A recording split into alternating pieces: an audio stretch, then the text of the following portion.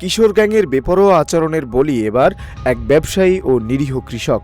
নিয়মের তোয়াক্কা না করে ক্ষমতার দাপট দেখাতে গিয়ে রক্ত ঝরল সতীহাট সরকার ফিলিং স্টেশনে। নওগাঁর মান্দায় ২৯ এপ্রিল কিশোর গ্যাংয়ের হামলায় পাম্প মালিক সহ ২ জন আহত হয়েছেন। আহতরা হলেন ফিলিং স্টেশনের মালিক তপন কুমার সরকার এবং দুর্গাপুর গ্রামের কৃষক বাচ্চু। আহতদের উদ্ধার করে মান্দা উপজেলা স্বাস্থ্য কমপ্লেক্সে ভর্তি করা হয়েছে।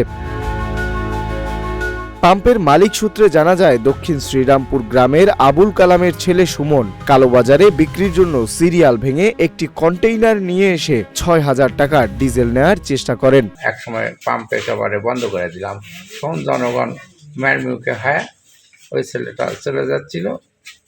তখন ছেলেরা ওই লোকজন ধাওয়া করার মতন করলো।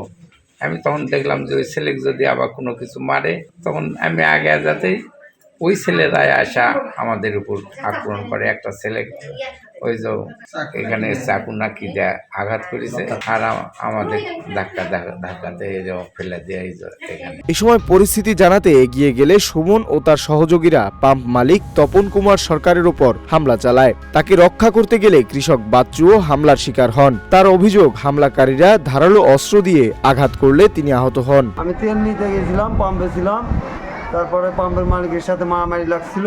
দাঁড়ায় থাকতে আমাকে চাবি না চাকু দিয়ে এখানে আকাম করে দিয়েছে। সেলাই দিয়েছে কি ওখানে? হ্যাঁ, একটা সেলাই দিয়েছে।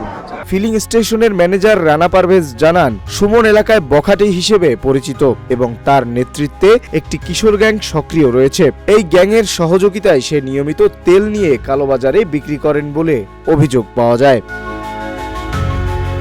মান্দা থানার ভারপ্রাপ্ত কর্মকর্তা খোরশেদ আলম বলেন, খবর পেয়ে ঘটনাস্থলে পুলিশ পাঠিয়ে পরিস্থিতি নিয়ন্ত্রণে আনা হয়েছে। এ ঘটনায় লিখিত অভিযোগ পেলে তদন্ত করে জড়িতদের বিরুদ্ধে প্রয়োজনীয় আইনগত ব্যবস্থা নেওয়া হবে।